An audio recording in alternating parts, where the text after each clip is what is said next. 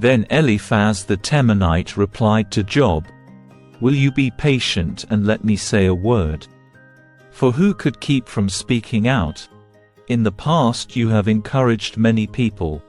You have strengthened those who were weak.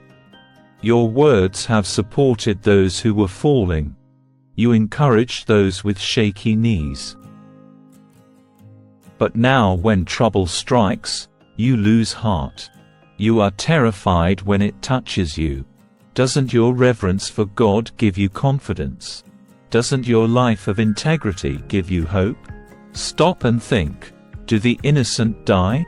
When have the upright been destroyed? My experience shows that those who plant trouble and cultivate evil will harvest the same. A breath from God destroys them. They vanish in a blast of His anger. The lion roars and the wildcat snarls, but the teeth of strong lions will be broken. The fierce lion will starve for lack of prey, and the cubs of the lioness will be scattered. This truth was given to me in secret, as though whispered in my ear. It came to me in a disturbing vision at night, when people are in a deep sleep. Fear gripped me, and my bones trembled. A spirit swept past my face, and my hair stood on end. The spirit stopped, but I couldn't see its shape. There was a form before my eyes. In the silence I heard a voice say, "Can a mortal be innocent before God? Can anyone be pure before the Creator?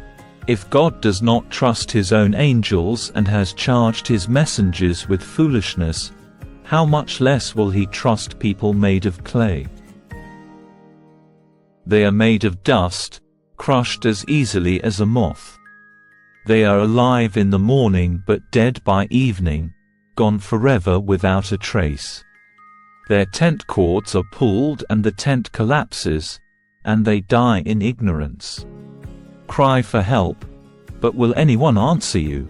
Which of the angels will help you? Surely resentment destroys the fool, and jealousy kills the simple. I have seen that fools may be successful for the moment, but then comes sudden disaster. Their children are abandoned far from help. They are crushed in court with no one to defend them. The hungry devour their harvest, even when it is guarded by brambles. The thirsty pant after their wealth. But evil does not spring from the soil, and trouble does not sprout from the earth. People are born for trouble as readily as sparks fly upwards from a fire. If I were you, I would go to God and present my case to Him. He does great things too marvelous to understand. He performs countless miracles. He gives rain for the earth and water for the fields.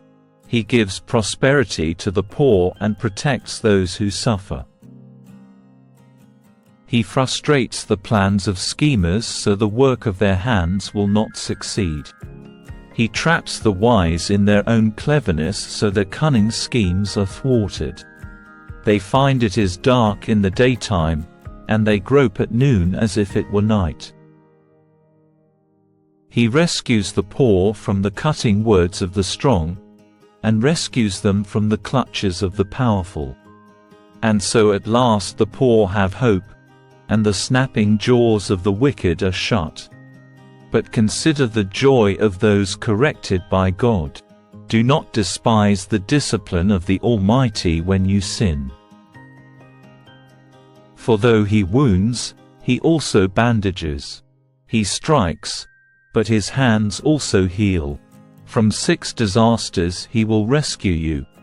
Even in the 7th, He will keep you from evil. He will save you from death in time of famine, from the power of the sword in time of war. You will be safe from slander and have no fear when destruction comes. You will laugh at destruction and famine. Wild animals will not terrify you. You will be at peace with the stones of the field, and its wild animals will be at peace with you. You will know that your home is safe. When you survey your possessions, nothing will be missing. You will have many children. Your descendants will be as plentiful as grass. You will go to the grave at a ripe old age, like a sheaf of grain harvested at the proper time. We have studied life and found all this to be true. Listen to my counsel, and apply it to yourself. Then Job spoke again. If my misery could be weighed and my troubles be put on the scales, they would outweigh all the sands of the sea. That is why I spoke impulsively. For the Almighty has struck me down with his arrows. Their poison infects my spirit. God's terrors are lined up against me. Don't I have a right to complain? Don't wild donkeys bray when they find no grass, and oxen bellow when they have no food? Don't people complain about unsalted food? Does anyone want the tasteless white of an egg? My appetite disappears when I look at it. I gag at the thought of eating it. Oh, that I might have my request, that God would grant my desire. I wish he would crush me. I wish he would reach out his hand and kill me. At least I can take comfort in this. Despite the pain, I have not denied the words of the Holy One. But I don't have the strength to endure. I have nothing to live for. Do I have the strength of a stone? Is my body made of bronze? No. I am utterly helpless, without any chance of success. One should be kind to a fainting friend, but you accuse me without any fear of the Almighty. My brothers, you have proved as unreliable as a seasonal brook that overflows its banks in the spring when it is swollen with ice and melting snow. But when the hot weather arrives, the water disappears. The brook vanishes in the heat. The caravans turn aside to be refreshed, but there is nothing to drink, so they die. The caravans from Tema search for this water. The travelers from Sheba hope to find it. They count on it but are disappointed. When they arrive, their hopes are dashed. You, too, have given no help. You have seen my calamity, and you are afraid. But why? Have I ever asked you for a gift? Have I begged for anything of yours for myself? Have I asked you to rescue me from my enemies, or to save me from ruthless people? Teach me, and I will keep quiet. Show me what I have done wrong. Honest words can be painful, but what do your criticisms amount to? Do you think your words are convincing when you disregard my cry of desperation? You would even send an orphan into slavery or sell a friend. Look at me. Would I lie to your face? Stop assuming my guilt, for I have done no wrong. Do you think I am lying? Don't I know the difference between right and wrong? Is not all human life a struggle?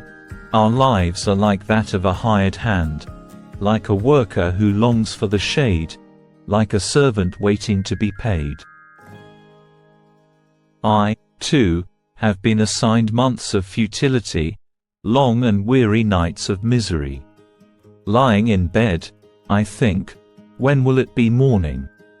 But the night drags on, and I toss and turn till dawn. My body is covered with maggots and scabs. My skin breaks open, oozing with pus.